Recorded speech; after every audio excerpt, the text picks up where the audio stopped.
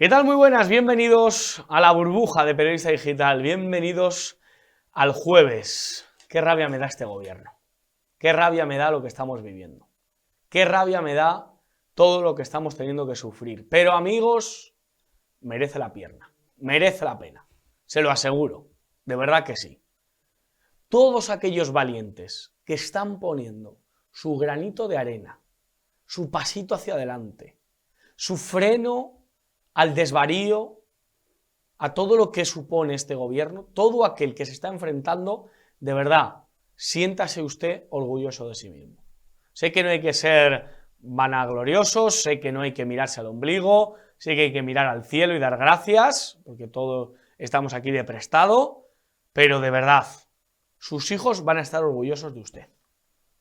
De verdad, les recomiendo, si usted tiene hijos, llévenle a Ferraz, porque lo van a recordar toda su vida. Mira, mi padre estuvo ahí. Y se lo contarán a sus hijos, de generación tras generación. Y dirán, mira, mi padre, joder, era un hombre humilde y era un hombre que tenía una tiendecita, o tenía un negocio, o tenía un taxi, o tenía una portería, o tenía que recoger las basuras, o tenía un pequeño negocio, pero fíjate, mi padre acababa de trabajar y se iba a protestar contra el PSOE. Mi padre era de esos, no de los que se quedaban en el sillón, no de los que iban a la manifestación del Bermú, no de los que apoyaban a partidos que cambian el logo del Senado y se creen que ya han hecho su guerra. No, no, no. Mi padre era de los que protestaba. Mi padre era de los que dieron el callo, de los que se posicionaron, de los que defendieron a España. Mi padre era de los que rezaba el rosario. Mi padre era de los que gritaba Puigdemont a prisión. Mi padre era de los que se enfrentó a la policía. Mi padre fue el que recibió porrazos y gas. Mi padre es un orgullo para mí. Así que tengan ustedes hijos, proyecto de hijos, quieren ustedes formar una familia española, sean ustedes solteros, viudos, lo que sea, de verdad siéntanse orgullosos de la nación a la que todos somos partícipes y a la que todos estamos llamados. Y de verdad, gracias. Gracias por existir, gracias por estar ahí, gracias por apoyar la burbuja. Está habiendo una iniciativa muy positiva. En todo medio de esta vorágine, de todo lo que estamos viviendo, hay una iniciativa que me gusta, que es la de acabar en esas regiones donde gobierna PP y Vox, de acabar con la ley de memoria democrática. Yo estoy absolutamente en contra de las autonomías y creo que son un error que nos hace más desiguales. Pero ya que existen y ya que hay unos gobiernos que parece que están enfrentándose a Sánchez, pues me alegro. Me alegro de que no señalen a unos o a otros por dónde tuvieron que hacer la guerra. Una guerra civil no es una buena noticia. Una guerra civil es algo fratricida, es algo horrible, es algo a lo que no nos deberían abocar nadie. Y ya que el PSOE nos llevó a ella, que no sea el PSOE el que nos marque la opinión que tenemos que tener sobre nuestros abuelos. Porque ningún abuelo es condenable. Ningún abuelo se merece el señalamiento. Ningún abuelo hizo mal por pelear en uno u otro bando. Evidentemente que unos estuvieron con la España nacional y otros, en cambio, pues defendieron los intereses extranjeros y los intereses de Rusia dentro de España. Unos les mataban por rezar y otros ponían las pistolas, evidentemente. Pero aún así, de verdad, yo no quiero juzgar a nadie. Y durante muchos años se vivió dentro de una neutralidad que yo creo que fue positiva. Se tendieron puentes, se intentó superar toda esa situación, pero amigo, llegó el PSOE con su rencor propio de ese partido sangriento y criminal, y entonces quiso enfrentar a los españoles. Y amigo, ahí es donde llegó el mal absoluto. A partir de ahí el PSOE consiguió que se vincule a la derecha con todo lo que tiene que ver con fusilamientos, cunetas y fascismo. Y por lo tanto, votar a la derecha se ha convertido en España ser cómplice o ser hijo o ser nieto de las cunetas, del fascismo y de los fusilamientos. Y eso es lo que yo no voy a permitir. Y eso es lo que en esta casa no permitimos. Si Bolaños quiere memoria democrática, si Zapatero quiso memoria histórica, si Rajoy permitió todo eso junto, nosotros queremos memoria nacional. Y por lo tanto estamos de acuerdo a que se enseñe a todo español dónde se torturaron a españoles por ser católico, por rezar o por llevar sombrero en aquellas checas. En Bellas Artes, en todos los lugares de Madrid donde se torturaron a gente por el hecho de ser español, o en Barcelona. Si quieren memoria nacional, vamos a tenerla. Y vamos a borrar cualquier ápice de cualquier gloria que haya de los verdugos contra las víctimas. Porque ¿saben qué? Hay mucha víctima que ha sido profanada, que ha sido ninguneada, que ha sido señalada, que ha sido ultrajada, y no se lo merecen. Tanto que hablan de Alemania y alaban a Alemania. ¿Ustedes se imaginan que una víctima tuviera que aguantar que su verdugo tuviese una calle o una estatua como tienen en España Indalecio Prieto, como tiene Largo Caballero, como tiene Negrín, como tienen tantos y tantos asesinos de la guerra civil contra población española? ¿A que no, verdad? Pero el PSOE juega esa guerra. El PSOE es el mismo partido, y me da asco decirlo, que dice que es muy cara aprobar la ley en favor de los enfermos de ELA, porque cuesta 32 millones de euros, que es lo que costó el fichaje de Pepe por el Real Madrid, para ponerles una equiparación. Y en cambio se gasta 500 millones de euros en una campaña concreta del Ministerio de Igualdad.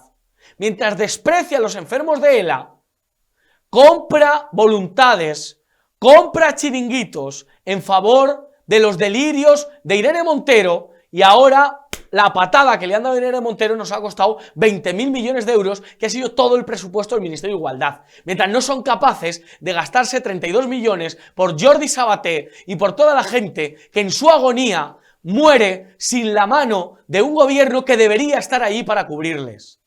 No iban a dejar a ningún español de atrás, han dejado a Jordi Sabaté, han dejado a Unzué, han dejado a todas las víctimas de ELA, porque durante 42 veces han frenado que la ley ELA pueda llegar para salvar vidas, para ayudar, para acompañar, para sostener, para financiar toda la ayuda, toda la cooperación que necesitan pobres criaturas que ven cómo su vida se degenera día a día, pulgada a pulgada, segundo a segundo.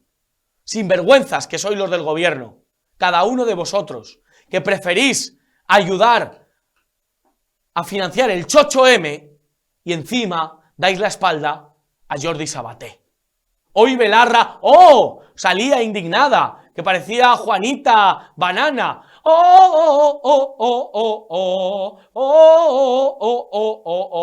Juanita Belarra, ¿pero de qué te quejas ahora? ¿Y de qué gritas? Pues tú has sido partícipe. Ahora te han dado la patada, porque Roma no paga traidores, porque el diablo paga mal a quien bien le sirve, porque tú has sido una servidora del mal. Ha sido una lacaya de un gobierno que ahora te da una patada, como Irene Montero, que en vez del Valle de Galapagar le tienen que llamar el Valle de los Caídos. A ese chaletazo que es lo único que habéis sacado en claro. Ni habéis defendido al trabajador, ni habéis defendido al español honrado, ni habéis defendido al autónomo, ni habéis defendido al padre de familia, ni habéis defendido a la mujer, ni habéis defendido al joven, ni habéis defendido al anciano, ni habéis defendido a nadie que ha querido vivir en paz en España. Habéis defendido vuestros privilegios. Sinvergüenzas, auténticos sinvergüenzas. Irene Montero, me alegro lo que te está pasando, me alegro la caraja que tienes ahora, me alegra profundamente, me alegra la caraja de la Ione Belarra, de la Juanita Belarra, que ahora, gime, que me han traicionado, Sánchez me ha echado del gobierno, ahora hay un partido de izquierdas mucho más dócil con el PSOE, te jodes como Herodes, Belarra. Por ser tan servil, por ser tan lacaya de Sánchez. Os jodéis ahora todos. Vamos a analizar todo lo que está sucediendo, tanto en Ferraz, noviembre nacional, ¡viva el noviembre nacional! ¡Vivan los 21 días! Esto como Samantha, ¿se acuerdan ustedes que había un programa? 21 días con los ultras, 21 días con los negacionistas de no sé qué. No, 21 días con los españoles, 21 días con aquellos que están hasta las narices, que han decidido que se acabó, San se acabó, como el 18 de julio, San Federico, San se acabó. Esos españoles han reaccionado. Dos españoles que han reaccionado están aquí conmigo. Don Norberto Pico, ¿qué tal? ¿Cómo está usted? ¿Qué tal? ¿Cómo estamos, Josué? Indignado. Ya, te veo muy exaltado. ¿Qué te ha parecido el mote de Juanita Belarra? Pues estaba muy bien. Y luego, pues como siempre, muy acertada tu cita bíblica, la de te jodes como Herodes. Bueno, ningún evangelista digamos, la sacó literal, pero bueno, luego ha ido el acervo español, ha ido, ¿no? Bueno, Herodes es un personaje bíblico, ¿no? Absolutamente, Claro, entonces, absolutamente. Sí, sí, sí. Era un poco así folclórica, Herodes, ¿no? sí, bueno, no lo sabemos. Lo que sí sabemos es que era un asesino de niños, ¿no? Sí. Como tantos que hay en los gobiernos de España, ¿no? Sí, sí. Que legislan en favor del asesinato de niños en el vientre de sus madres, ¿no? Y por lo tanto, pues hay sucesivos gobiernos de Herodes. Nos gobierna Herodes. Sí, sí, sí. Hubo un Herodes, vamos a explicar un poco, me gustan estas cosas. Hubo un Herodes, evidentemente, que cuando nace Cristo, los magos de Oriente le van a ver, le acuden a él, y entonces lo que él decide, como piensa que va a venir un Mesías, y que es realidad, que nació un Mesías en un portal, él cree que venía en un palacio, pues mandó matar a todos los niños menores de 2 años. Y después, cuando Cristo es entregado, es traicionado, pues primero le juzga a Pilatos, Pilatos dice, esto es Galileo, no es mi jurisprudencia, esto es como lo de Europa, ¿no? Es que todo tiene paralelismo, como está pasando ahora con el independentismo, de Europa a España, de España a Europa, pues Cristo igual, de Jerusalén a Galilea, y en Galilea pues hubo un Herodes, que era bastante folclórica, que dijo, este señor es inocente, este señor, ¿dónde vais con él? Le mandó otra vez a Pilatos, Pilatos se lava las manos, y Anás y Caifás pues consuman con todo el pueblo, eligen a Barrabás, crucifícale, crucifícale, muerto en una cruz al lado de los ladrones, uno le dice, pero tú te mereces esto, y el otro le dice, señor, acuérdate de mí en el paraíso. Y desde entonces Y hasta era- ahora así funciona la democracia, ¿no? Efectivamente. Alguien que sabe cómo funciona la democracia es José Andrés Calderón, ¿qué tal? ¿Cómo estás? Buenas, muchas gracias por estar aquí otra vez. Cuéntanos qué te sucedió ayer, porque eso me interesa. Eres una persona que ha decidido, digamos, enfrentarte al PSOE de una manera muy loable, que es rezando el rosario Con esto cada en la día. mano. Efectivamente, eso es, el arma más poderosa. ¿Y qué consecuencias te ha traído, personales? Pues la verdad es que a mí me ofrecieron, este domingo no, el anterior, rezar el primer misterio. Yo dije, pues por supuesto, encantado. Creo que estamos ante una batalla política, pero principalmente espiritual, porque tal y como decía Donoso Cortés, detrás de todo problema político hay una cuestión religiosa. Entonces empecé a rezar el primer misterio y fue verdaderamente bien, y seguimos haciéndolo, y luego poco a poco pues la gente que en un primer momento quiso hacer, pues por distintas cosas no pudieron estar, pero yo creo que había que dar testimonio porque había muchas personas que lo demandaban, y entonces cada vez ha ido yendo más gente al rosario. Nos hemos encontrado gente que viene desde Valdemoro, desde muchos kilómetros con sus hijos. Es verdaderamente maravilloso, y resulta que ayer, efectivamente, pues estábamos en el tercer misterio y viene un inspector de la Policía Nacional y me dijo que si era yo el que estaba organizando el Rosario, y le dije, sí, yo no estoy organizando la manifestación, pero sí el rezo de Santo Rosario, y quería identificarme. Y entonces, en ese momento, pues yo tengo un hermano que me está acompañando, mi hermano es Policía Nacional y me acompaña al rezo del Rosario, y luego se va porque él cree también en Dios y cree que es importante rezar. Hay policías que creen en Dios. Parece mentira, ¿eh? No, hay más de lo que te imaginas. Hay policías, alguno, que cree en Dios y que no sirve al mal. Y entonces, pues dice, no te preocupes, solamente queremos identificarte. Y el hermano dice, mira, yo soy compañero y yo también estoy organizando el Rosario, identifíqueme a mí y ya está. Entonces mi hermano dio los datos y bueno, ya veremos a ver qué pasa, y con la incertidumbre que puede pasar hoy, mañana, porque, en fin, José Andrés, vamos a ver. el inspector fue muy educado, las cosas como son, al igual que yo creo que el que te pegó a ti, el policía o quien fuera, no fue demasiado educado contigo, sí que lo cortés no quita lo valiente, fue muy educado, y de hecho se conocía perfectamente el Rosario, porque hablaba conocía perfectamente cómo funcionaba. Para el que no lo sepa, es que, de verdad, José Andrés, la realidad es que a los niños en el colegio, el profesor de religión les enseña Agenda 2030, pero no qué es el Rosario. Claro, El Rosario es una oración que, bueno, pues la Iglesia ha ido confeccionando a lo largo de los siglos. Consiste en un Padre Nuestro, pues eso, la oración que Cristo nos enseñó, San Lucas 11, estas cosas. Después, 10 Ave Marías, porque digamos que María es la que sostiene, es la que de alguna manera pues, le pidió a Jesús el primer milagro, y por lo tanto creemos en el poder que tiene, y acabamos con la Santísima Trinidad, acabamos con esa oración tan preciosa, y la verdad que es una oración muy bonita. ¿Por qué un policía tiene que venir a identificarte? ¿Qué razón te dio?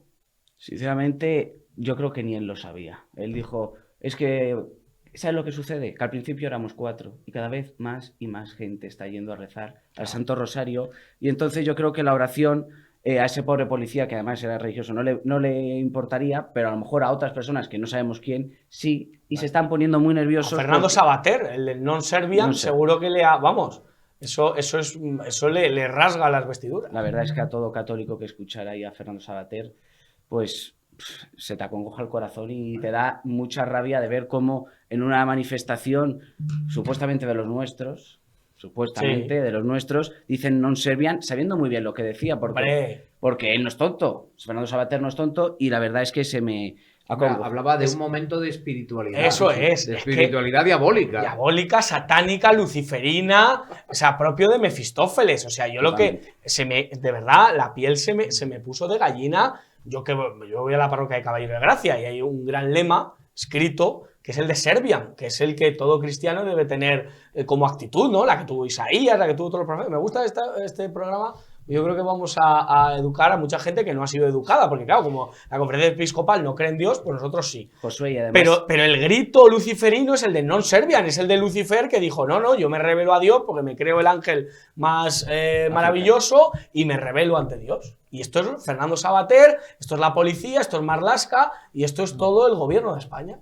Bueno, es que yo creo que el pueblo español solamente se tiene que arrodillar ante Dios, no se tiene que arrodillar ante nadie más, y se está viendo como en Ferraz, que creo que es el espíritu del... Bueno, y el día que pide matrimonio también hay que hincar rodilla, ¿no? Sí, pero porque la última referencia está en Dios, porque el matrimonio es una unión con el objetivo de llegar al cielo. Entonces... ¿Es verdad, Norberto, eso? Así es. Mira, hay un lema en una asociación de matrimonios Norberto, porque que llevan unos conocidos míos. ¿Quieres que lo cuente? Sí, cuéntalo. Yo colaboro en una parroquia en los cursos prematrimoniales. ¿Quieres que te rotulemos a partir de ahora como guía de cursos matrimoniales en lugar de jefe nacional? No tengo ningún problema. Que, pues hay una asociación que también colabora con el Arzobispado de Madrid en la preparación para el matrimonio y su lema es matrimonio, 1 más 1 igual a 3. ¿Por qué? Porque en el matrimonio están los esposos, pero está Dios con ellos, con lo cual 1 más 1 son 3. ¿Y qué te parece esto que le ha sucedido a... Mira, yo iba a hacer algún comentario. Hay gente que dice... Es que yo no sé a qué vienen estos a rezar el rosario, es que no es el momento, incluso algunos de los que van allí a Ferraz. Vamos a ver, los que no hayan ido a Ferraz no saben un poco cuál es la sociología patriótica que se está viviendo en Ferraz. En Ferraz son muchas manifestaciones durante muchos días y además que duran mucho tiempo. Y hay tiempo absolutamente para todo. Por lo tanto, la referencia cristiana de las manifestaciones de Ferraz es perfectamente válida. No puede ser de otra manera en una reivindicación patriótica de España que tener un referente católico. Un referente católico sincero que se agarra a la cruz, que se agarra al rosario. Con lo cual yo estoy encantado de que haya mucha gente y además mucha gente joven que rece el rosario. Igual que hay un momento de seriedad, de intimidad con Dios, pese a estar en la vía pública, pues luego hay momentos para el divertimento. Hay mucha gente que va a Ferraz porque es muy divertido, ¿vale? Y a mí me parece muy bien, ¿vale? Las reivindicaciones no hay que estar con cara enfadado siempre. Luego hay momentos de tensión, momentos donde estalla la indignación popular, donde hay cabreo, donde hay insultos, ¿vale? Y donde luego además aparece la violencia provocada por... El Eclesiastés, escrito por Salomón, decía hay tiempo para todo. Tiempo así de es, reír, tiempo de llorar, tiempo de nacer, tiempo de morir. Y hay tiempo para rezar el rosario, como si además lo hacéis, para el que no lo sepa, previo a la manifestación, es decir, lo hacéis a las 7:20 y luego a las 8 pues es la manifestación donde pues puede haber momento para llevar muñecas hinchables y reírnos de Ábalos, de Óscar Puente, del PSOE.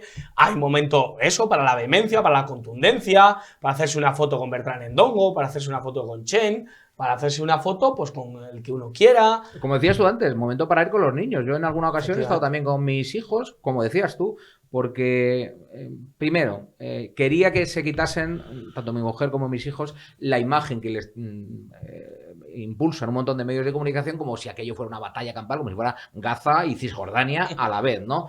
Nada más lejos de la realidad. Y en segundo lugar, porque aun siendo pequeñitos mis hijos, tienen que irse imbuyendo de un espíritu de rebeldía. Tienen que saber que hay que levantarse contra las tiranías. Tienen que saber que hay momentos para manifestarse en la calle. Y yo creo que es bonito que la gente vaya a Ferraz también con sus hijos. Claro, efectivamente. Aquí, como hemos dicho en varias ocasiones, o somos león o somos gacela. Nosotros podemos elegirlo y nosotros aquí en Periodista Digital hemos elegido ser leones, ser cazadores y no presas. Y por lo tanto, estamos ante eso. Estamos ante esa realidad. Ustedes también pueden elegir. Y le tengo que preguntar a Andrés. Andrés, ¿te vas a chantar este llamamiento a la policía, este toque de atención? ¿Te va a dejar de hacer rezar hacer el rosario en Ferraz? Pues lo cierto es que hay momentos de debilidad, no lo voy a ocultar, pero creo que si estamos con Dios, todo el mundo, si Dios está con nosotros, pues hay que seguir adelante porque ¿Quién nada contra nos va a nosotros? faltar. Pues no lo sabemos, pero quizá un sistema que nos quiera arrinconar, porque los católicos llevamos durante décadas, donde hemos llegado al punto, estabas hablando del tema de los abortorios, es que el año pasado se aprobó el artículo 172 cuáter del Código Penal, según el cual no puede un católico rezar enfrente de una clínica. O sea, la clínica Dator se han visto como... Incluso haciéndolo en silencio. En silencio. Es decir, haciéndolo y de en silencio, rodillas. en la intimidad de uno mismo, se acerca un policía y le dice, ¿qué está haciendo usted? Y si uno dice la verdad, pues mire, estoy rezando. Yo no he visto, de verdad, y mira que son imágenes públicas, el llamamiento al rezo en ciertas ciudades donde ya la población musulmana, bueno, hoy he visto un dato que a mí me dejó Y durante el escalofriante. coronavirus. Claro, Cuando en nadie podía Barcelona rezar. el nombre de Mohamed ya está por encima de Arnau, de nombres míticos de Barcelona. O sea, ya hay más Mohamed. Ese es el resultado de las políticas identitarias. ¿Identidad de qué? Y la identidad de la Cataluña tradicional es hispánica y desde luego lo que no es sarracena. Claro. Así que este es el resultado de tratar de construir una nación al margen de la común nación española, que terminas postrado ante extranjeros y ante sus pues la denominación de sus nombres extranjeros. Y hay una cosa que quiero decir, ya que me dais la oportunidad de hablar aquí en Periodista Digital, es que algunos locutores de radio muy famosos, sí, pues se han metido con nosotros. No tanto como nosotros, pero casi. Casi. Porque dicen que tenemos que rezar en las iglesias o en nuestra casa. Pues no. Un católico tiene que evangelizar, un católico tiene que estar en la vida pública y no tiene que estar arrinconado en la esquina de su casa, que es como yo nos le quiere diría a ese periodista del que tú estás hablando. Es bajito, ¿no? Creo, enano. Yo le diría, mire, lo que no tenemos que hacer los católicos es pagarle ni un duro a la conferencia episcopal para que se lo paguen a gente como usted. Eso es. ¿Vale? Para que nos diga a los católicos lo que tenemos que hacer. Bueno, durante años se lo estuvo pagando, luego le echaron a él. Bien echado. Mucho tardó. Pero vamos a ver, eso es no creer en la libertad religiosa. O sea, en las dictaduras, en los regímenes tiránicos, es donde la gente, claro, se tiene que meter en casa a rezar, evidentemente. ¿Pero por qué se meten? Porque funciona rezar. Claro, pero en un país supuestamente libre, en un país aconfesional como el nuestro, todo el mundo debe tener el derecho, pero no vemos a señores, yo qué sé, cantando reggaetón por la calle, pues tenemos que ver a gente, pues eso, que ejercita su libertad. Pues es que de esto va la cuestión, de esto va el asunto. ¿Qué os parece que en materia de memoria democrática se esté avanzando y se estén acabando con esas leyes en las diferentes autonomías? Pues hombre, yo me alegro muchísimo de que se vaya a poner fin a alguna de las legislaciones autonómicas en materia de memoria en Aragón. democrática. Efectivamente, en Aragón creo que se están dando pasos en esa dirección y ojalá se tumbase la de nivel nacional, ¿no? Porque es una ley... Algunos muy torpes en sus análisis piensan que esto va pues contra los que somos muy fachas, ¿vale? Por ejemplo, los que somos de Falange, pues dirán, hombre, es que ya ser de Falange a estas alturas, pues es normal que te quieran prohibir tus símbolos, que te quieran prohibir tus himnos en público, ¿no? Porque estáis un poco pasados de moda. No te estás enterando de nada.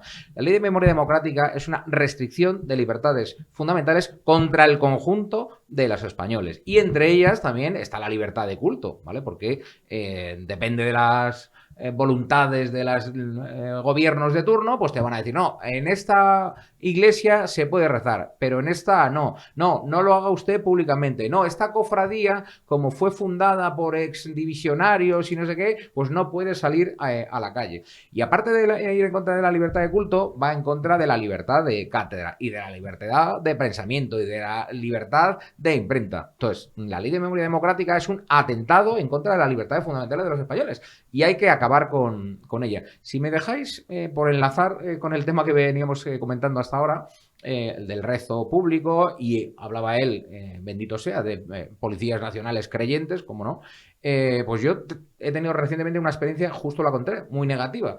El domingo pasado pretendíamos hacer un homenaje a un católico ejemplar, por cierto, a José Antonio Primo de Rivera, cuyo cadáver ahora está cuyos restos mortales ahora están en el cementerio de San Isidro porque obligaron a la familia a moverlos desde el Valle de los Caídos, donde llevaban ya varias décadas. Bueno, pues pretendíamos ir a rezar a su tumba y a depositar unas flores, y la propiedad del cementerio pues nos lo impidió, y además pues avisó a la policía para que nos lo impidiese. Bueno, pues se creó ahí una situación de tensión, policías, es decir, de forma chulesca, como los que estamos viendo en Ferraz, trataron de provocar una situación de violencia. Bueno, nos contuvimos y no hubo esa violencia, y en un momento dado un policía me empuja y blasfema. Me mira la cara y dice, perdona por lo que voy a decir, me cago en Dios. Y dije, ¿cómo? Pero ¿tú qué estás diciendo? Y dije, ¿qué pasa? Digo, hombre, pues que acabas de cometer un delito. Entonces el tío se burlaba de mí. Un delito. Digo, 510, sí, un delito contra los sentimientos religiosos. Digo, lo que pasa, a ti lo que te pasa es que no tienes ni puñetera idea de tu trabajo. Ah, chaval, que te vayas para allá. Es decir, lo de chaval sí me gustó, ¿vale? Porque me hizo sentirme más joven. Pero bueno, este es el tenor de este tipo de gentes que están envalentonadas y que efectivamente, pues parece que a algunos de ellos les molesta que se rece en público. Pues yo animo a que se rece en público. Hemos tenido que aguantar, vamos a ver. Aquí la descompensación entre católicos y anticatólicos ha sido tremenda. O sea, hemos tenido que aguantar que un supuesto artista, por cierto, el artista favorito de Cristina Cifuentes, formó la palabra pederastia con hostias consagradas, es decir, con el cuerpo de Cristo. Y esto es muy grave. Pero claro, como no pasa nada, como nadie va a salir con una respuesta contundente contra ese miserable, pues no pasa nada. Para acabar, he comentado también la cuestión del PP. En medio de todo esto han cambiado el logo del Senado. Bueno, y creo que es horrendo. ¿Qué te vas a esperar del Partido Popular, que lo que se dedica es a desmovilizar, por ejemplo, lo que estamos viviendo en Ferraz, ¿no? Porque en Ferraz, por primera vez en muchísimo tiempo, hemos visto cómo gente, yo soy un humilde católico español, hay gente que es monárquica, republicana, personas que son de Vox, otros de Falange, otros carlistas, que nos hemos unido por una simple razón, que es por la unidad de España. Porque cuando está en riesgo la unidad de España, hay que dejar de lado las luchas ideológicas, que luego ya lucharemos, cada uno con nuestro pensamiento, para defender a nuestra nación. En cambio, el PP, ¿qué hace? El PP lo que se dedica a hacer es desmovilizar a los españoles de bien, que estamos hartos y que vemos que está en riesgo la unidad misma de España. Entonces, pues en el Senado, ¿qué han hecho? Vamos a ver, pues lo que tienen que hacer con el Senado es cerrarlo, más por que supuesto. otra cosa, o sea, más que ir cambiándole el logo, pero bueno, pues se dedican eso, a quitar el escudo de España, porque dicen que genera estrés. A mí hay otros logos, por ejemplo, el de la banda terrorista ETA me genera estrés, el de otras cosas, y me genera peor. Pero si es que al PP también le causa estrés saber cuáles son sus orígenes, Alianza Popular, quién es Manuel Fraga Iribarne, que fue ministro de Franco, y de eso es que el PP está pidiendo perdón y tiene un complejo de inferioridad continuamente, y entonces el Senado es una muestra más de lo que lleva durante décadas. Roberto Pico, muchísimas gracias. Gracias a ti, Josué, como siempre. José Andrés Calderón, muchísimas gracias, y a seguir. Seguir rezando. A seguir rezando, muy bien. Vamos a pasar, porque hemos hablado de Ione Belarra y de Irene Montero, y todavía hemos tenido ahí un problema. ¿Me puedo quedar con José Andrés y Norberto comentando? Venga, perfecto. Pues no os despido porque teníamos un invitado, pero que nos ha fallado. Oye, pues me alegro muchísimo. Iba a hacer una postilla a esa despedida tuya que en principio habías hecho, y te iba a decir adiós rogando y con el mazo dando. Efectivamente. Y el mazo es ir otra vez a Ferraz. Esta noche, y otra noche, y otra noche. Porque eso es un mazazo contra Sánchez. Sí, efectivamente. Mira, hay mucha gente que se pregunta, quizás por pereza, decir, pero esto de las manifestaciones, ¿esto para qué sirve? Pues sirve para un montón de cosas, pero fundamentalmente sirve para visibilizar la gravedad del momento. Si no hubiera una movilización constante, es decir, si todo fuese notas de prensa, si todo fuesen declaraciones muy pausaditas, pues nadie entendería que estamos en un momento gravísimo, y estamos en un momento gravísimo. Con lo cual, la movilización permanente, y he de decirlo, incluso la violencia ejercida por la policía, está sirviendo para visibilizar tanto en España como fuera de España la gravedad del momento. Por eso están siendo muy útiles y muy importantes las movilizaciones, y yo animo a la gente que en la medida de sus posibilidades mantenga estas movilizaciones. Llegará un momento, supongo, que habrá que tomarse un respiro, habrá que tomarse un descanso. Bueno será para tomar fuerzas y, por ejemplo, volver en cuanto empiece a tramitarse esa infame ley de amnistía que está a la vuelta de la esquina de empezar su trámite parlamentario. Una ley de amnistía que Óscar Puente ha reconocido que la están apoyando porque no les queda otra, porque los apoyos parlamentarios los necesitan, no por una convicción política, aunque el PSOE ya saben que las convicciones que tienen son las mismas que las convicciones de la Bernarda, con todo el cariño a doña Bernarda. Creo que ya tenemos a José Antonio Terrones, amigo personal, persona afiliada a Podemos, que, bueno, pues que está viviendo pues toda la crisis, toda esa sangría, cómo se está desangrando la formación morada. Don José Antonio, ¿qué tal? ¿Cómo estás? Bien, la verdad es que bastante bien, cambiando un poco lo que es mi proyecto a nivel profesional, que nada tiene que ver con la política, sí con el empleo público. La verdad es que en este sentido todo muy bien, pero alejado de lo que son los focos mediáticos y políticos, que muchas veces, pues, sobre todo en la izquierda, no hacen más que modificar las cosas de una manera bastante peculiar, sinceramente. Bueno, pues aquí te agradecemos que des la cara, estés aquí con nosotros. Entiendo que en Canal Red, en el canal de Pablo Iglesias, pues no te han invitado, no te han llamado. No, ni ganas tampoco, la verdad.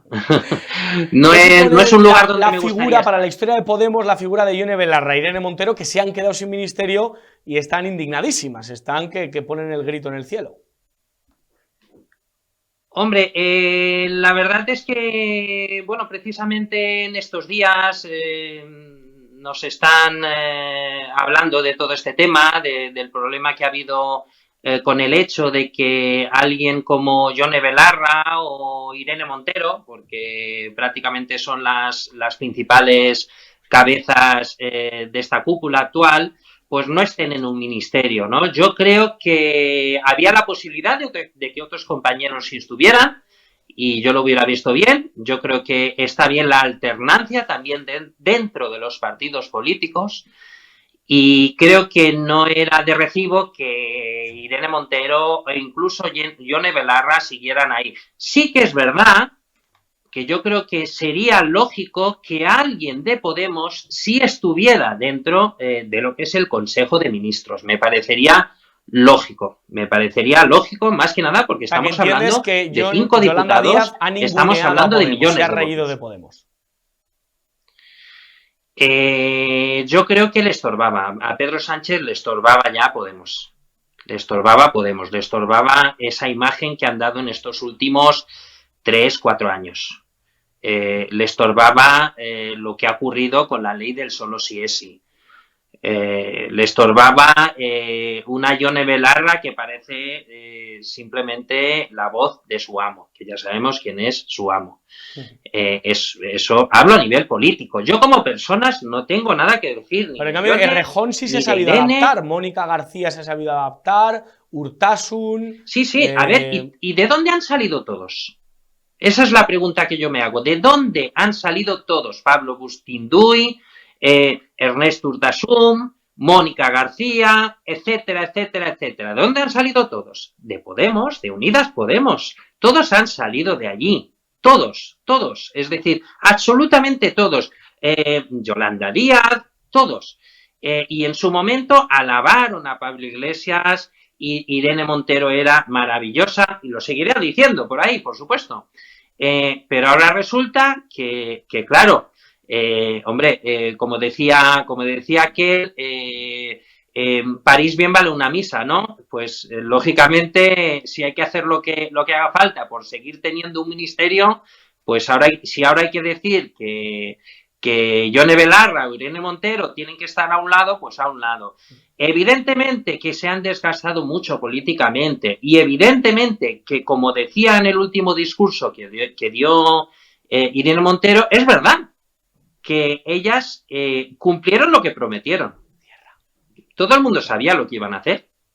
Y eso es lo que ha ocurrido con Podemos y con Irene Montero, con Ione Belarra y con toda la cúpula. Los medios hablan mucho de las guerras internas dentro de Vox, que puede haberlas. ¿Cómo son las guerras internas en Podemos? ¿Cómo es la guerra interna en la izquierda? Tú que las has vivido y que sabes que muchas veces hay enfrentamientos más personales que ideológicos, porque en la antigua Izquierda Unida, el señor Frutos, el señor Ariza, el señor, el mítico Califa de Córdoba, pero en Podemos son más críticas y más platos rotos a nivel personal, más que ideológico. No, también tiene mucho que ver con la ideología. Es decir, vamos a dejar las cosas claras. En Podemos existen una serie de personas que tienen la posibilidad de ascender a nivel político, hoy en día ya menos, lógicamente, conociendo la coyuntura, y son aquellas personas que de alguna manera han estado desde siempre dentro de, digamos, de lo que es el entorno del Partido Comunista, de Izquierda Unida, etcétera. Esas personas, de alguna forma, como siempre han estado ahí y de alguna forma son amigos, son conocidos, o si no son conocidos de conocidos dentro del partido, que todo el mundo sabe que defienden una serie de parámetros, defienden una serie de valores, etcétera, pues esa gente sí tiene la posibilidad de algún día formar parte de esa cúpula y formar parte de las estructuras del Estado, porque al final estamos hablando de eso, ¿no? Es ser ministro, ser director general de lo que sea, al final es formar parte de más el puesto, ¿no? El sillón, y lógicamente la cartera. para eso, la cartera. Al final son estructuras del Estado, Josué. Es decir, no dejan de ser gente del sistema, aunque ahora los veamos como outsiders, ¿no? Pero es así. Es decir, si tú llegas a ser ministro, ¿qué te crees? ¿Que llegas a ser ministro porque porque mira, pasaba por ahí y voy a ser ministro de lo que sea, de igualdad, de trabajo? Para llegar a ser ministra de Trabajo, Yolanda Díaz, ¿tú crees que no le han mirado de cualquier forma por detrás, por delante, sea como sea? Para mí no es la persona más inteligente del mundo. Para mí, Yolanda Díaz. Tampoco muy estúpida no puede ser tampoco, ¿eh? Es decir, tampoco la tengo por una persona poco inteligente. Pero sí que es cierto que si está ahí es porque alguien ha validado que pueda llegar a ese nivel de poder, porque al final hoy decía Yone Belarra en rueda de prensa, decía que, sí, que Sumar se ha convertido en una izquierda dócil con el PSOE y que Podemos no lo es. Sí, por supuesto. ¿Cómo crees que es la relación? ¿Crees que tiene razón Yone Belarra?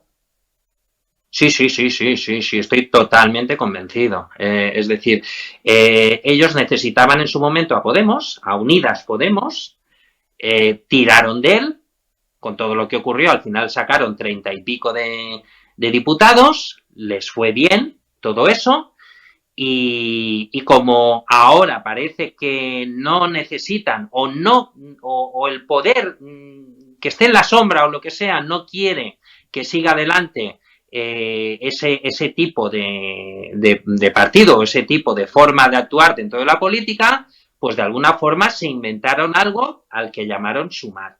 Y que además es una forma de sumar los votos de unos con otros, ¿no? Para llegar a lo que han llegado. Porque en realidad sí que es verdad, al final todo ha sido por Junts. Esos 7 diputados han sido la clave, pero si no tuvieran los 31, ¿verdad? 31 de Sumar, aquí no hubieran llegado a tener gobierno ni locos, ¿no? Con lo cual, pues es lógico que tengan sus ministerios, pero es cierto también que es un partido, yo no diría creado en algún think tank, etcétera, pero sí que es cierto que todo parece indicar que ha sido creado para conseguir el poder y no ser un obstáculo a nivel de valores ni a nivel de discurso al PSOE. Y eso es lo que está ocurriendo con Sumar. Van a decir a todo que sí. Antonio, ¿cómo se toma la izquierda? ¿Cómo es posible que tragar con todo? En el sentido de, con tal de conseguir el gobierno, la amnistía que hablaban de inconstitucionalidad, que no podía ser, favorecer a un millonario en un chalet en Waterloo, favorecer a la derechona de toda la vida, catalana, burguesa y a la vasca. O sea, ¿cómo es posible que se haya llegado a este acuerdo y que Sumar trague, el PSOE trague, toda la izquierda trague? Vamos a ver, el problema fundamental aquí es que vivimos en una pendiente resbaladiza desde hace muchísimos años. ¿Cómo funciona la política? ¿Quién entra en política y para qué entra en política el que asciende? Pues el que entra en política y asciende es porque es el más servil dentro de su grupo. Y al final, ¿qué ocurre? Que estamos viendo en esa pendiente resbaladiza, que no está al final porque esto nunca acaba, que la gente que tenemos ahora en los gobiernos, en los partidos políticos, dentro de las estructuras de los partidos políticos, de las cúpulas, son personas con un perfil muy bajo en este sentido, son personas poco contestatarias, o yo diría que nada contestatarias. No son más que auténticos dispositivos que utilizan los jefes de partido para que acaben votando y haciendo lo que el jefe de partido quiere. Y esto lo vemos en Podemos, lo vemos en Sumar, a ver quién tiene la voz de mando en Sumar y qué hacen los demás, lo vemos en Vox, lo vemos en el PP, y si algún día vuelven a hacer algún otro partido, que yo creo que queda poco para eso, volverá a ocurrir lo mismo, porque el formato que tenemos hoy en día, digamos, de modelo político y de partidos políticos, acaba llevándonos siempre a eso, por desgracia, hasta que no cambie la situación. La verdad que sí, porque, claro, vivirías con ilusión el 15M, ahora estamos viendo las movilizaciones de Ferraz, ese noviembre nacional. ¿Queda algo del 15M en lo que está a la izquierda del PSOE? Quedan las personas, quedan los seres humanos, quedan gente como yo, incluso como tú, Josué, gente que tiene ideales, gente que tiene principios, tiene valores. Lo que no tiene es el dinero, vamos a llamarlo así, no tiene los recursos necesarios que sí que tenía Pablo Iglesias. El chalet no lo tenemos. A ver, vamos a ver, para eso hay que tener un altavoz mediático enorme, enorme. Es decir, en dinero hay que tener un altavoz mediático de cientos de millones de euros. Y hay que tener además una posibilidad de crear una estructura a nivel nacional importante. Que evidentemente todo eso parte de un germen, pero tienes que estar metido dentro de las estructuras políticas, si no es muy complicado. Es muy complicado. Se puede llegar a crear. Y además tienes que tener la posibilidad de poder conectarte con un montón de gente en muchas partes, ¿no? ¿Se puede crear? Se puede crear. Se puede llegar a crear un partido político, pero volvemos a lo de antes. Luego, al final, los que se llaman portavoces se acaban convirtiendo en alguna forma en poderes fácticos dentro del partido y en pregoneros, y muchas veces ya no quieren salir de él. Ese es el gran problema de los partidos, ¿no? Terrones, pues muchísimas gracias por arrojarnos luz sobre la formación de Podemos, sobre Sumar, y gracias por su franqueza, por dar la cara y por estar aquí en la burbuja de Periodista Digital. Venga, un abrazo, Josué, un abrazo a todos tus compañeros. Un fuerte abrazo. Pues ya saben que en la burbuja, en Periodista Digital, nos gusta la cultura, amamos la cultura y en especial el séptimo arte. Amamos el cine porque nos gusta, evidentemente, porque forma parte de nuestras vidas.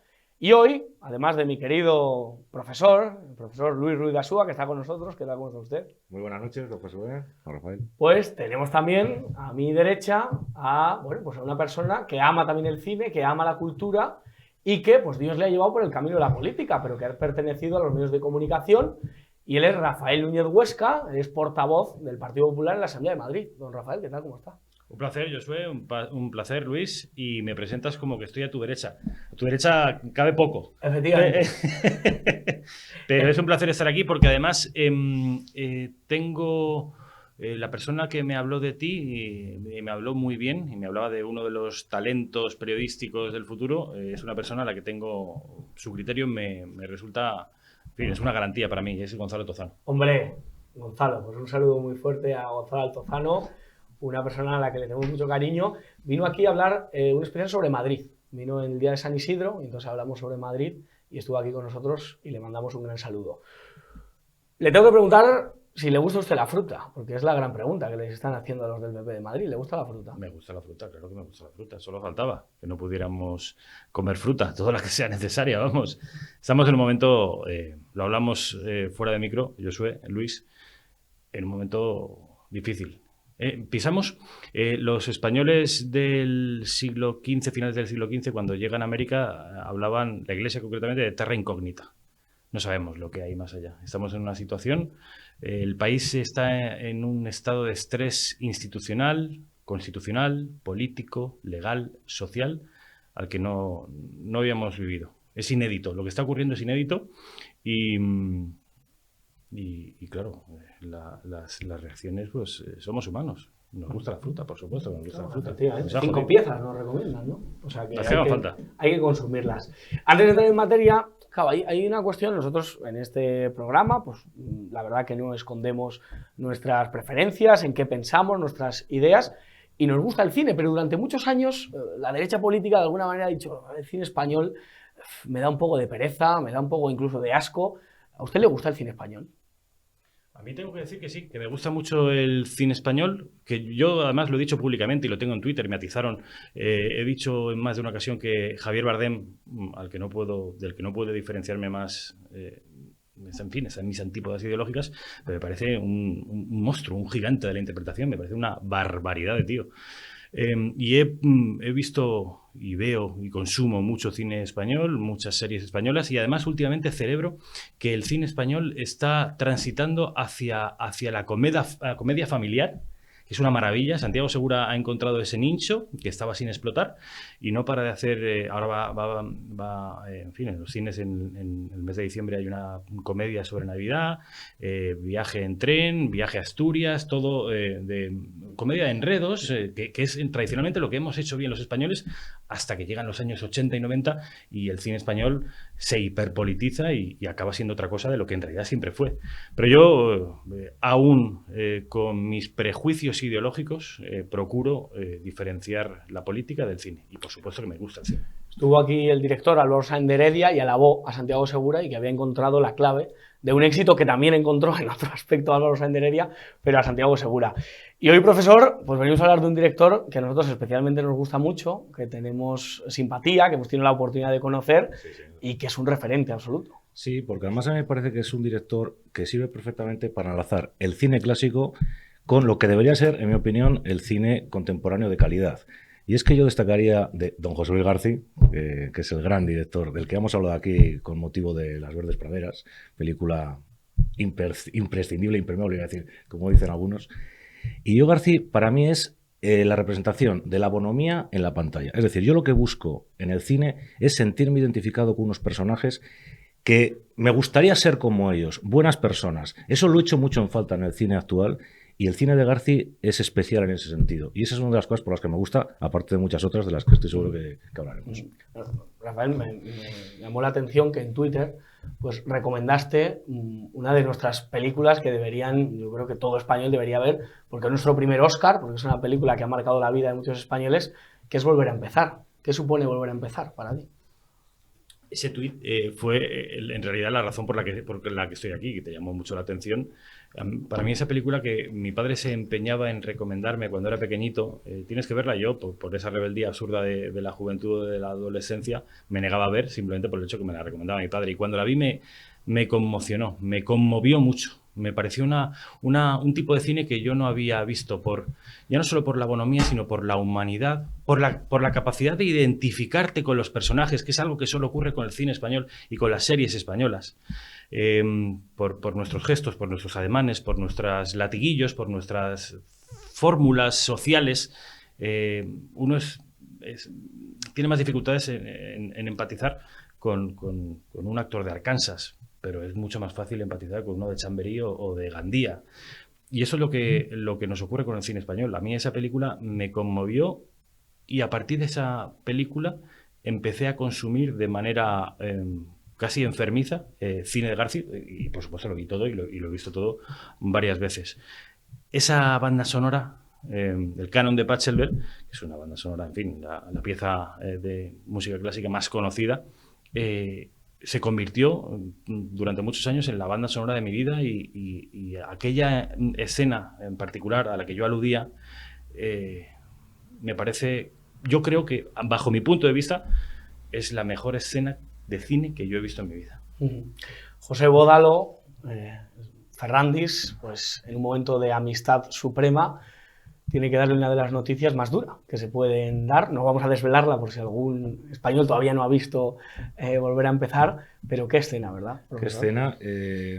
Hace poco volví a ver Volver a empezar, otra vez, y el nudo en la garganta que a cualquier persona con un mínimo de sensibilidad se le tiene que poner al ver a José Bódalo y Antonio Ferrandis sin hablar, esas miradas, esos gestos, ese abrazo, ese guardarse el papel en la Americana en un salón precioso, el cambiar de tema sabiendo lo que están sabiendo ambos, que no lo vamos a decir aquí, esa escena y el final con esa despedida, yo creo que aunque solo fuera por esos dos momentos, ya merecería la pena que don Jesús García tuviera en el Olimpo de nuestros directores maravillosos de los que hablamos aquí todos los jueves. Jesús García tenía que estar con letras de oro en ese Olimpo, aunque solo fuera por esos dos momentos. Y aquella frase, ¿verdad? De he pensado en ti en cada verso que he escrito, cada frase que he podido escribir, de verdad que nos llena de emoción. Mi madre dice que García es muy cursi, que no le gusta porque se pasa de sensiblero y que realmente pues, es muy aburrido, muy lento. ¿Qué decirle a las personas que creen que joder, hay que ser de una pasta especial para ver a García? Yo creo que no. Yo creo que es un director para todos los públicos y para todos los públicos con un mínimo de sensibilidad, pero es verdad que entiendo que pueda haber gente que lo vea un cine en exceso edulcorado. No es mi caso, desde luego, y soy un hombre, que se supone que soy menos sensible que una mujer. A mí me parece el hombre con más sensibilidad vivo que han dado las artes españolas. Un hombre que venía de trabajar en un banco. Puede haber algo más antitético que contar billetes y luego emocionar a varias generaciones. Y la capacidad de escoger actores. Y la capacidad de poner a dos gigantes de la interpretación, como es Ferrandis y Bódalo, frente a frente. Y claro, cuando hay tanto talento, es fácil que esa escena saliera como salió. Yo el tuit en el que tú te fijaste, Josué, era un tuit en el que Garci, en una entrevista muy reciente en El Mundo, contaba algunas anécdotas de esa misma escena. Concretamente, decía que durante la entrega de los Oscars en Los Ángeles, el director de West Side Story, nada más y nada menos, le dijo que esa escena era la escena más hermosa que él había visto y que en el caso de que se hubiera producido en inglés, seguramente estos dos actores estarían obteniendo el premio al mejor actor y el mejor actor secundario. Nada más y nada menos, West Side Story. Hay otra anécdota que nos contó Garci, profesor, cuando estuvimos en la Filmoteca viendo esta película, que les recomendamos a todos ustedes, si son de Madrid, que vayan a ver la Filmoteca porque es un auténtico placer, que el rey Felipe levantó a su padre, Juan Carlos, que aparece en la película, en una llamada que la verdad que tiene mucho humor, levantó a su padre, claro, no había Twitter en esa época, estamos hablando del año 83, y no había pues la conexión norteamericana, ni se seguían los Oscars como a lo mejor se siguen ahora, ¿no? Y fue el rey Felipe el que tiró de la cama de su padre para decir que hemos ganado un Oscar, ¿no? Qué bonito, ¿no? Qué bueno. ¿Y qué actor? Pedro Ruiz era la voz de Juan Carlos. ¿Qué actor no? La voz. La voz, efectivamente. Una película maravillosa, sin duda. Hablando de sacarle partido a los actores y avanzando un poco en todo lo que ha sido el cine de Garci, fíjate, Alfredo Landa. Qué capacidad de exprimir a un actor. Al que vemos evolucionar desde esas películas como Las Verdes Praderas o El Crack hasta Luz de Domingo. Porque, claro, la primera etapa de Garci, creo que hay unanimidad en que es el gran cronista de la transición, que es un director que en ese momento podría haberse convertido, si lo hubiera querido, podría haber seguido una trayectoria, instalado en el sistema y demás, prefirió ir por libre, eso lo pagó. Y esas películas que yo son las que de verdad reivindico, porque volver a empezar no hay que reivindicarlas, se reivindica sola. Pero Luz de Domingo, por ejemplo, es una película del oeste, una película que yo estoy seguro que si John Ford hubiera visto Luz de Domingo, se habría quedado admirado. Porque es una película en la que es difícil no sentir la desazón, el mal rato que vemos con los personajes que aparecen, por un lado, malos, los buenos, y creo que esa es una dinámica que se repite mucho en las películas de Garci. Cómo el bueno al final tiene que pasar mil tribulaciones, pero bueno, al final merece la pena ser bueno, ¿no? Creo que en esa película se ve muy bien. Y asimismo, en las películas desarrolladas en ese pueblo maravilloso de Cerralbos del Sella, imaginario, pero en esa Asturias entrañable de Historia de un beso, You Are the One, ese tipo de películas. Creo que son unas películas muy, muy buenas. El abuelo, por supuesto. Esas películas son muy buenas y creo que no se las valoró en su justa medida, porque ahí entramos ya en otros terrenos que la verdad me parecen además muy justos. Porque Garci Es una persona completamente independiente que no se identifica necesariamente, no es nada sectario y demás, pero ha tenido que soportar a lo largo de su carrera pues este tipo de situaciones, pues la verdad, nada agradables. Simpatizó con el PC en su día Sí. y luego, pues bueno, pues lo que ha sido es una persona libre. La verdad, le ha sacado mucho partido a Asturias y también a Madrid, también a la ciudad de Madrid, a la que, por ejemplo, en el Crack, pues esos planos de la Gran Vía son absolutamente icónicos. Es imprescindible que los chavales jóvenes que ven y disfrutan de un Madrid que se codea con Miami, con Nueva York y con Estocolmo, vean ese Madrid por momentos decrépito, por momentos entrañable, pero era otra ciudad completamente diferente. Y siempre, con un García detrás de la cámara, siempre digno. Sí, esa sensibilidad le impedía a García, le impide abordar las ciudades que ama. Es el caso de Madrid, es el caso de Nueva York, es el caso de Asturias, de una manera que no sea hermosa. Nueva York, Asturias y Madrid. Esa yo creo que es el triángulo de sus querencias, que además en particular coinciden con las mías. O yo coincido con las suyas. O quizás yo coincida con las suyas porque lo he mamado de él. Es decir, no sabemos hasta qué punto la influencia de la cinematografía moldea las sensibilidades y la cosmovisión de uno. Pero yo estoy seguro que a mí García de alguna manera me ha moldeado. Y estoy satisfecho y feliz de que haya sido él y no otro. Claro. El Sporting de Gijón, el Atlético de Madrid, ¿no? Sí, Equipos yo también creo que le han que marcado. somos mejores personas gracias a José Luis García. Creo que eso es algo muy, muy importante, ¿no? Muy Porque hermoso, ¿eh? nosotros no hemos hablado, yo por lo menos he hablado con él 2 o 3 veces, 4 frases, no me conoce en absoluto. Yo he ganado en mi vida con José Luis García. Creo que soy un poquito buena persona, entre otras cosas, por mi contacto desde niño con José Luis García. Porque hemos hablado del director de cine, pero y el divulgador. Si es que aunque solo fuera por su labor divulgativa, el defensor de la cultura popular. Es importantísimo, de la radio, del fútbol, del boxeo. Nos ha enseñado a tomar cócteles. Nos ha enseñado el valor de una buena pluma estilográfica. Nos ha enseñado a degustar las cosas con tranquilidad. Lo que ha comentado usted antes sobre el tema del ritmo de las películas de García, tan denostado en este mundo de locos, es que las películas de García son películas de mesa camilla, de sobremesa, de café, de un buen brandy y un buen puro, y hablar tranquilamente, no tomar un chupito a todo correr e irse, ¿no? Y entonces creo que por eso las películas de García, en este mundo tan acelerado, tienen cierta resistencia por parte de cierta gente, claro, que solo ha visto un tipo de cine y está acostumbrado a ese ritmo tan trepidante y le cuesta más digerir estas películas de García. No apta para TikToker, quizás, pero bueno, la verdad que no todos son TikToker. Le voy a contar una anécdota que usted conoce, profesor, a Rafael Núñez Huesca. Usted sabe que en la película del Crack hay un personaje que es Cárdenas. Y entonces pues resulta que ese personaje se llama Cárdenas porque mi abuelo y José Luis García fueron vecinos. Puerta con puerta del caserón de Narváez, famoso. Entonces mi bisabuelo y el padre García fueron muy amigos y entonces pues mi abuelo, que la verdad que falleció en el año 86, pero con mi tío abuelo pues se llevaron muy bien. Él siempre tuvo mucho cariño, le llamó la atención el apellido y Cárdenas pues forma parte de mi historia personal, de mi historia con García, entonces siempre ha formado parte de mi familia. Entonces yo veo a Cárdenas, que es verdad que es un personaje peculiar y que la verdad que me encuentro identificado, fíjate, naciendo muchísimos años después, pero es una realidad y por eso le tengo tanto cariño. Por eso le escribí ese mensaje y por eso está usted aquí. Yo pensaba que usted era salmantino. De hecho, la primera vez que nos conocimos me habló de Salamanca y de sus querencias leonesas, porque yo dije, hombre, castellano, y me dijo, de León.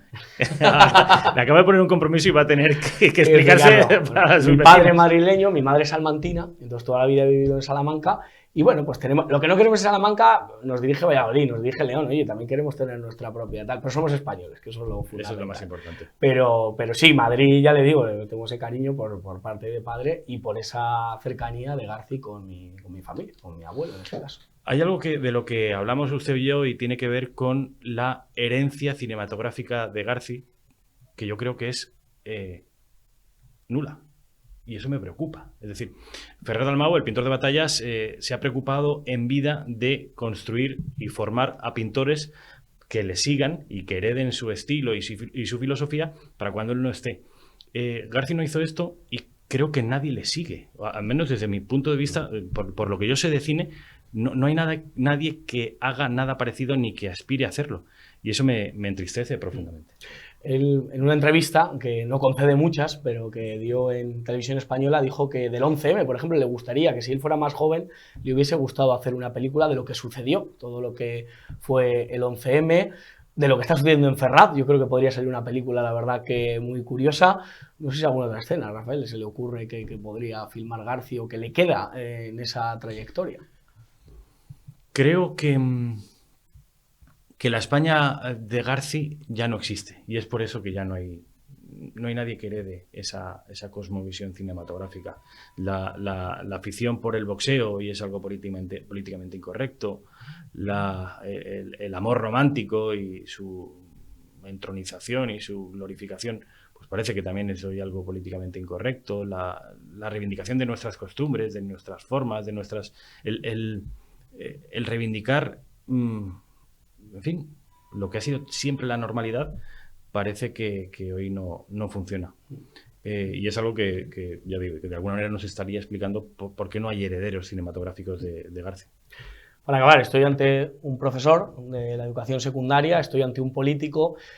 Le voy a preguntar como profesor, ¿qué le pediría a un político en favor de la cultura, en favor del cine, en favor de todo lo que supone esta realidad? Pues es una buena pregunta, porque yo ya sabe, al revés que, y creo que usted también está conmigo, que yo creo que hay que intervenir en cultura, que no se puede suprimir los departamentos de cultura en el Ministerio de Cultura, y sinceramente creo que hay que seguir apoyando el cine, pero yo intentaría primar los proyectos que están conectados con otros ámbitos de la cultura. Es decir, yo creo que por ejemplo, ante una subvención a una película que se base en una obra de Galdós o de Baroja, creo que eso debería primar ante algún otro proyecto que tal vez pues pueda haber ciertos sectores que se sientan ofendidos, como ha ocurrido el caso, ante ciertas películas, pues que la verdad parece que se están metiendo con la mitad de la población.